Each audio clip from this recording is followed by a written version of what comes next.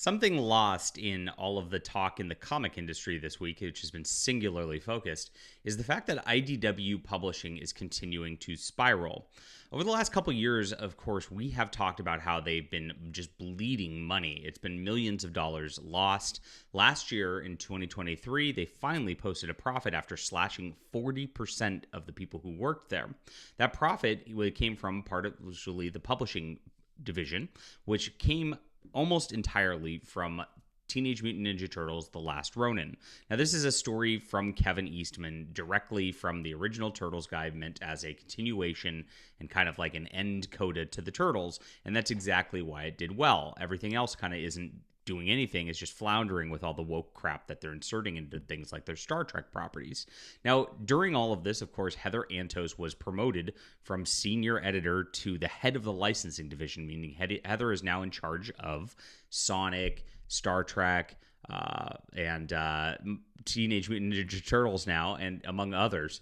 And they slashed their creator-owned comics division. So any like new properties or things that aren't licensed properties, they're really not even publishing anymore at IDW Publishing. So this is pretty much Heather Antos' company at this point, at least in this level. There's only around 40 employees left, and now even more are getting slashed to start the year. This is pretty funny stuff to watch, and it's another testament of get woke, go broke. It's probably the best one out there because this is exactly what happened as IDW continues to double down on all their nonsense that they're doing. We'll talk about why their long-term strategy is going to get even worse for them in the coming years, and this does have to do with Teenage Mutant Ninja Turtles and Star Trek in just a moment. My name's John Delarose. I am the editor-in-chief of FandomPulse.com, your trusted name in comics news, so please go check that out and bookmark FandomPulse.com for everything you need to find in pop culture. On top of that, I am a #1 best-selling author and an award-winning comic creator. I'm blacklisted from the industry because, of course, I'm a Christian and a conservative, and they can't have that. Now, my books are just good old classic fun like you used to find before any of these people got involved in the industry. If you like that kind of thing, if you just want some fun superhero stuff, Flying Sparks is a great one. I have science fiction in the form of The Cosmic Warrior and Overmind. I also have novels because I'm just a prolific writer. So Star Trek-wise, The Stars Entwined really is the universe that goes for that. And that's actually available in audiobook these days on Amazon if you want to go check that out too. So thank you guys for everybody who supports the books. We have a lot to choose from, and that's what I try to do. I try to make something for everybody. I don't try to make like a niche-y product that only a few people will like, and that's exactly what IDW has done over the last few years. So here's the news. After promoting Heather Antos, they are again slashing their workforce. Now here's the list of the names of people who have been cut. Amber Huerta, Chief People Officer. Oh boy, you know what that means. That's a woke job by itself. And Chief Operations Officer at IDW Media. Timea Spoon, Senior HR Manager. Oh boy, another woke position, right? These are both woke positions that are just people who go through and go for grievances over identity politics. That's their entire job gone. That means all of HR has gone. Since there's no more HR department, the firings are being carried out by finance and legal. So that's interesting that HR is gone at this point.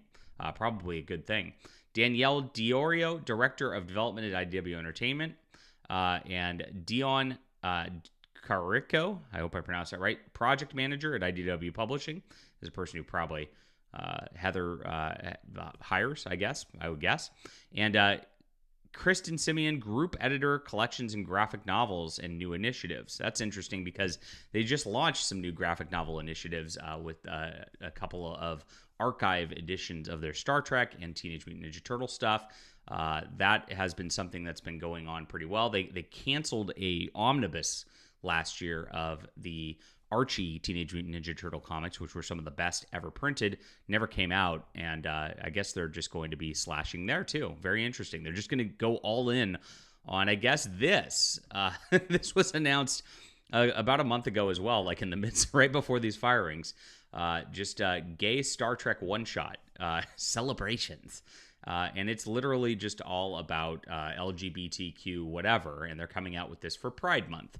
Now, this is the type of thing that never sells well for any of these companies, and yet they all do it as this giant virtue signal. You even see the cover. It's really weird. It looks like he's, reaching awkwardly, well, We don't need to get into that. This is a family channel. But this is what's going to be on the newsstands at comics shops at this point. It's crazy that they're continuing to do this even with the layoffs. They know this stuff is just killing their company. And they're doing it intentionally because they say the politics is more important than the company. Very, very wild stuff. So they're continuing with this.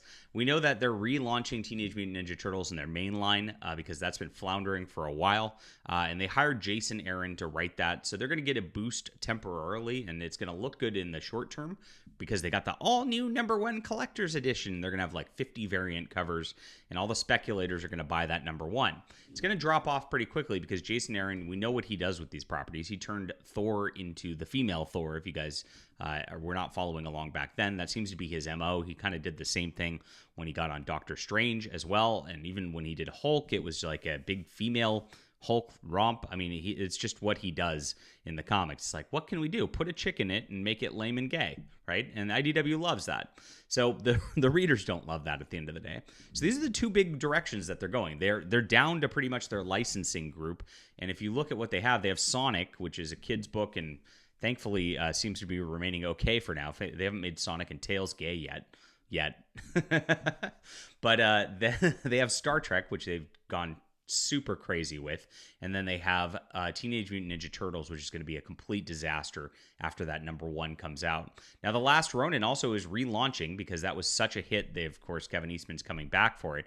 And it looks like they're actually doing a female replacement Turtles situation with that as they're raising a new crop of turtles who are new characters beyond, of course, the death of the old characters as a new generation. So it's going to be much of the same. It's always female replacement characters. It's always this kind of stuff. And what does it lead to? Again, just layoffs, firings, because none of this stuff sells. The target audience does not want to read this stuff. There's no other audience out there that they're trying to attain. It's just absolute bizarre stuff that they keep doubling down on this over and over and over again. Until corporate really just gets rid of the problem and just starts from scratch, I don't see much changing here in the future. So IDW might, because they've slashed, again, probably close to half their workforce at this point, they might show a quick profit. They might show this, with the Turtles getting that all-new #1 quick profit in 2024 as well. But we're going to see it start to decline very rapidly once again, as this is just a train wreck, and these licenses are expensive to maintain. Leave a comment down below with what you think about this. Hit that like and subscribe button. We'll be back soon.